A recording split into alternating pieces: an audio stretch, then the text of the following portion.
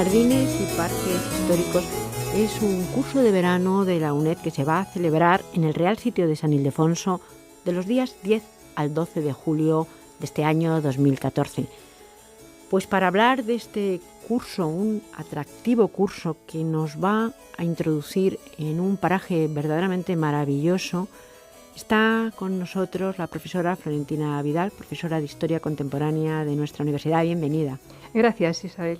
También está con nosotros Eduardo Juárez Valero, profesor tutor de máster de la UNED y cronista oficial del Real Sitio de San Ildefonso. Bienvenido. Muchas gracias, Isabel. Hablamos de jardines y de parques históricos y nos vamos a situar en un lugar, como digo, privilegiado, diría yo.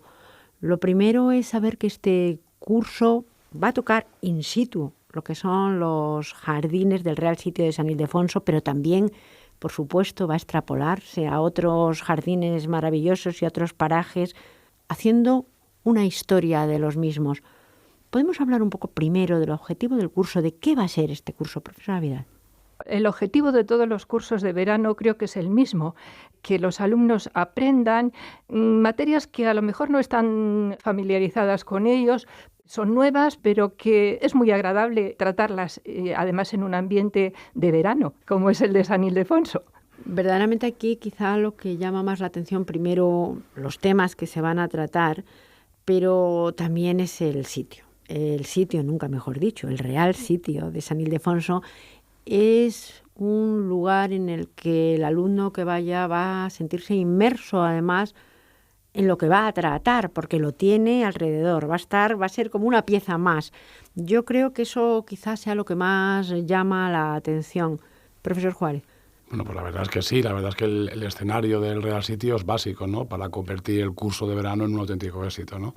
Desde ese punto de vista es una suerte para nosotros organizar un curso de verano en un entorno tan fantástico como es el del Real Sitio. Nos permite utilizar todo lo que hay allí, todo lo que forma parte del Real Sitio como parte del proceso docente, ¿no? Antes de entrar en el tema mismo, porque vamos a entrar, sí me gustaría hablar un poco de lo que van a ser estos 3 días, porque el curso se va a desarrollar durante los días 10, 11 y 12, ya hemos dicho, del mes de julio, y va a tener pues distintas ponencias, pero también distintas actividades. Pues efectivamente, tanto el año pasado, en el que hicimos el primer curso de jardines históricos, como este año, procuramos que el curso sea teórico-práctico, es decir, que las conferencias que se imparten por la mañana se complementan por la tarde con unas clases en el jardín, clases paseos por el jardín, que son una maravilla, porque es un jardín barroco impresionantemente bonito y además uno de los pocos jardines barrocos que se conserva casi entero como se hizo. Dentro de los temas que se van a tratar, por supuesto, se va a hablar de este jardín, pero también se va a hablar de jardines romanos, de jardines del Renacimiento. Efectivamente, se va a hablar de jardines romanos, de jardines privados romanos, de jardines en el Renacimiento en plan general y de jardines en el barroco. Realmente el jardín de San Ildefonso es un jardín barroco.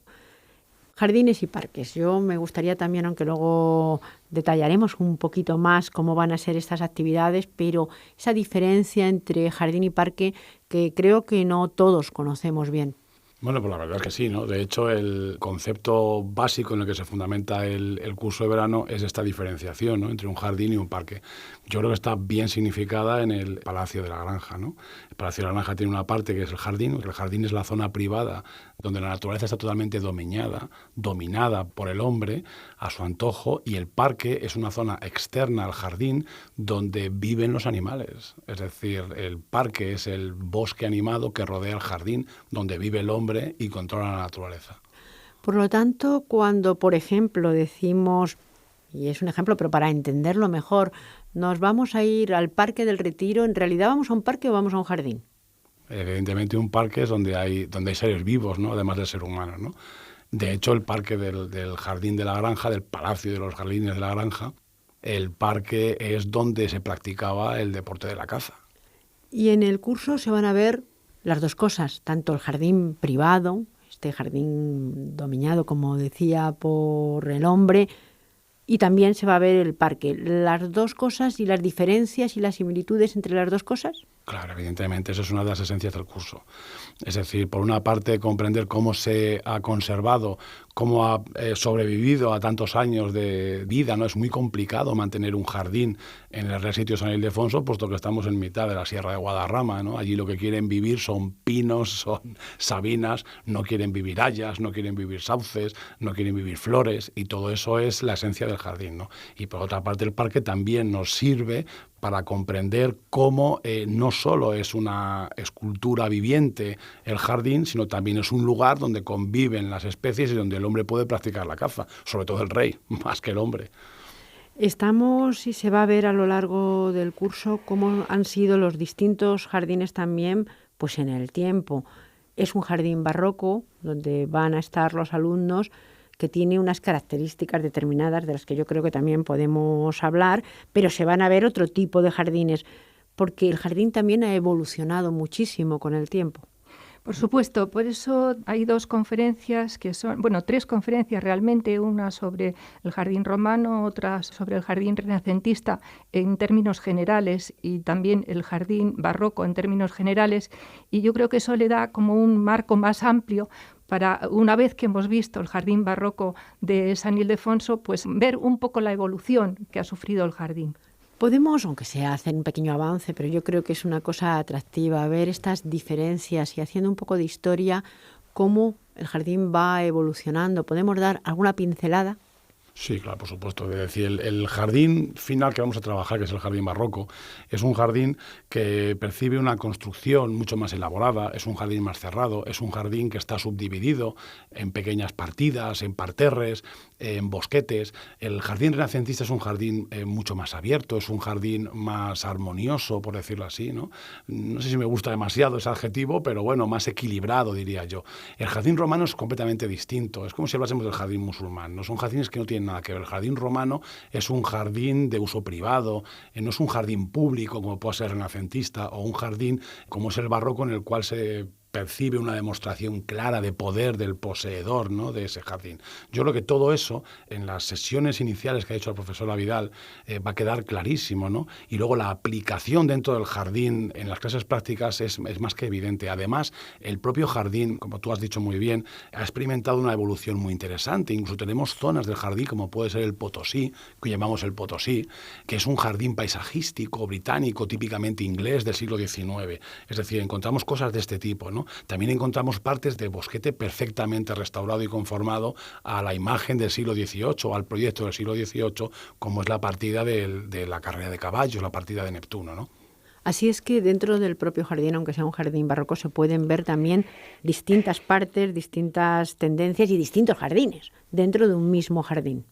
Efectivamente, en los jardines barrocos de las casas importantes, pues había, por una parte, como ha dicho Eduardo, pues había una parte que era el jardín dominado por el hombre, el bosquete, luego ya estaba la naturaleza, al final el cielo. Todo esto estaba dentro de una perspectiva que era muy importante, o sea, ver el paisaje desde el palacio, desde la villa, y ver toda esa perspectiva era como un escenario, realmente eran escenarios de poder. En el barroco muchas veces el jardín es el escenario de un teatro y se hacen representaciones teatrales, pero también es el lugar donde el dueño casi vive, porque no solamente caza, monta a caballo, juega a las raquetas, al mayo, que era un juego de la época, tiene también un laberinto, que es una cosa muy importante en el barroco, y tiene juegos de ingenio. En el Jardín de la Granja, por ejemplo, también hay un lago donde Felipe V pues iba en una góndola. En fin, hay cantidad de alternativas para pasarlo bien, digamos, en un jardín barroco. Y además me ocurre cuando oía al profesor Juárez, pues que verdaderamente cuando el hombre quiere dominar algo, pues cambia lo que por naturaleza tendría que estar ahí, hasta en los propios árboles, pero también es verdad que hay un elemento mitológico, porque desde el Jardín del Edén han sido muchos los jardines que nos han acompañado, también en el arte reflejados y bueno, en la vida del humano. Yo diría que incluso el propio jardín presenta un urbanismo mitológico alucinante. De hecho, yo me encargaré en mi sesión de hablar precisamente de esto, ¿no? De desentrañar ese urbanismo mitológico. Además, muy especial, porque esto lo veníamos hablando la profesora Vidal y yo, camino de aquí, el uso que Felipe V pudo dar a esa mitología, ¿no? Porque no es una mitología puesta al azar, por lo menos en el jardín. En el parque es otra cosa, porque el parque es posterior, el parque es una ampliación ya, la mayoría durante el reinado de Carlos III, ya su hijo, de su tercer sucesor, ¿no? Pero lo que es el jardín, que está diseñado por Carlier, su gran ingeniero, y por Felipe V, ahí sí que hay, además de un discurso mitológico, hay un discurso político, y si me apuras, que esto lo hablábamos también, incluso un discurso religioso, podríamos decir. Felipe V, el primer Borbón, de alguna manera traía una visión diferente a lo que había sido pues, la Casa de Austria en España, desde luego muy diferente. ¿Y eso también lo plasma de alguna manera en estos jardines? Efectivamente, lo plasma totalmente, porque el jardín de San Ildefonso es un típico jardín barroco que tiene una similitud muy grande con los jardines de Marly, que fue donde Felipe V pues, vivió su infancia y su primera juventud. Muchos autores lo relacionan con Versalles, pero parece ser que no, que era Marly, que era un palacio con un jardín impresionante, barroco, donde pues, se fijaron los artífices de este jardín de San Ildefonso para crear pues, algo muy parecido, tan parecido que tiene incluso el laberinto, el juego del mayo, en fin, hay muchísimas similitudes. Por lo tanto, aquí la impronta de los Borbones pues también estaba, y esta nueva casa que llega a España de alguna manera. Y en cuanto a lo que decía de la mitología en la propia arquitectura del jardín, eso me llama la atención. ¿De qué manera? Bueno, pues la verdad, tampoco quiero desvelar mucho, ¿eh? Quiero que los alumnos vengan a mi clase y aprendan bien, ¿eh? No voy a contarlo todo aquí, pero bueno, yo te diría que, en primer lugar, siguiendo un poco la línea de la profesora Vidal, lo que estaba comentando ahora, lo importante realmente del Real Sitio es el jardín, porque el edificio, Felipe V le da muchísima más importancia al jardín que al edificio. El edificio es una pequeña casita, si me permitís la expresión, que luego se va a ampliar un poquito más tras la muerte de Luis I, pero en realidad lo importante es el jardín. Entonces el jardín está compartimentado en unas zonas muy específicas y esas zonas no atienden solamente a un aspecto vegetal, a una arquitectura vegetal, sino que también responden a un proyecto de un mensaje que se hace a través de la mitología presente, no solo en las múltiples estatuas que allí tallaron René Frémin, por ejemplo, sino también a través de las fuentes monumentales, que no solo son un lugar donde hacer juegos de agua y divertirnos, como hacía la infanta Isabel, la hermana de Alfonso XII, riéndose con sus amigos, ¿no? Sino que muestran a todos los que allí van un mensaje que es claramente político. Eso sí, en el jardín. Diferenciémoslo de lo que ocurre en el parque. El parque es otra cosa distinta, pero en el jardín está claro. Pues hay que fijarse la cantidad de características que puede tener un curso como este de jardines y parques históricos, porque hay desde la naturaleza al arte, a la política, por supuesto, porque la política estaba presente, creo, en casi todos los ámbitos, van a estar. Este curso no se podría tampoco hacer, desde luego, con el entusiasmo de los profesores que lo van a impartir, pero también con los colaboradores que tienen y además importantes. Este año contamos con Mónica Luengo, con Ana Luengo, que son especialistas en jardines, con la profesora Virginia García Entero y además con un técnico de patrimonio importantísimo para el Real Sitio, que es Juan Fernando Carrascal. Este año nos va a hablar precisamente de una restauración que ha hecho en la Partida del Rey, en un sitio muy bonito que yo creo que les va a gustar mucho a los alumnos. Las partidas reales, que no hemos hablado de ellas, también son importantes, no se suelen ver en las visitas habituales y también vamos a visitarlas. Estamos hablando de partidas reales. ¿Estas partidas reales son partidas reservadas? Las partidas reservadas son unos lugares del jardín que estaban reservados para el uso y el usufructo de los propios reyes. De hecho, hay dos partidas principales, que es la partida de la reina, que visitaremos el segundo día, el día 11, a primera hora de la mañana, que es la mejor hora de visitarla, primero por el fresquito, que estamos en julio, segundo porque podremos ver a la Escuela Taller de Patrimonio Nacional trabajando en la restauración de esta partida, que está conformada por esencialmente la partida de la Reina, más el Jardín de la Botica, donde se cultivaban las plantas medicinales para el uso de la familia real. Y también visitaremos, evidentemente, junto al Jardín de la Botica, están las ruinas de la antigua ermita de San Ildefonso, construida por Enrique IV. La otra partida que está en el otro lado es la partida del Rey, como ha dicho la profesora Vidal.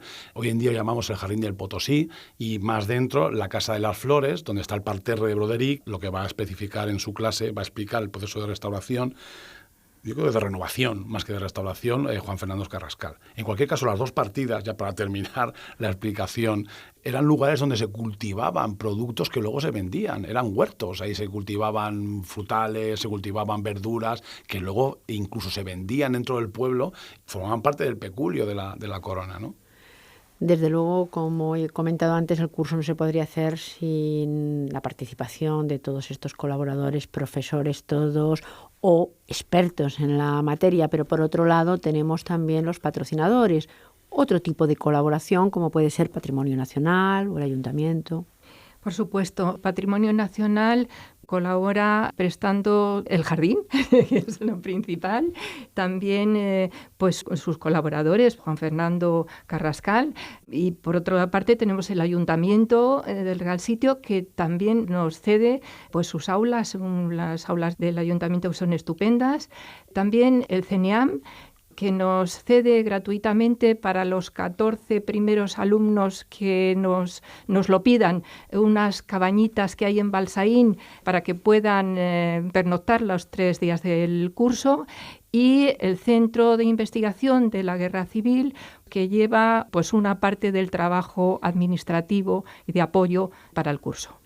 Por lo tanto, grandes colaboradores, también patrocinadores, van a conformar este curso Jardines y Parques Históricos, que, como he dicho desde el principio, se va a celebrar del día 10 al 12 de julio en el Real Sitio de San Ildefonso.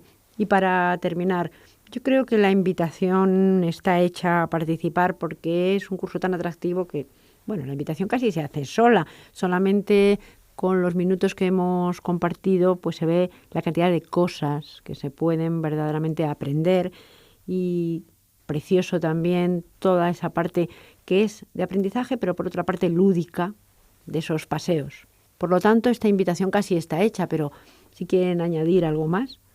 Bueno, yo les diría a los alumnos que tengan en cuenta que además de este curso, que yo creo que puede ser muy entretenido, incluso divertido, tienen además que disfrutar de la granja, del Real Sitio de San Ildefonso, que también se llama La Granja popularmente. Entonces, en la granja hay muchos atractivos, hay una oferta cultural muy grande, un paisaje impresionante de montañas, hace buenísimo, el pueblo es muy agradable y sus habitantes también lo son. Por lo tanto, yo creo que es un sitio para disfrutarlo.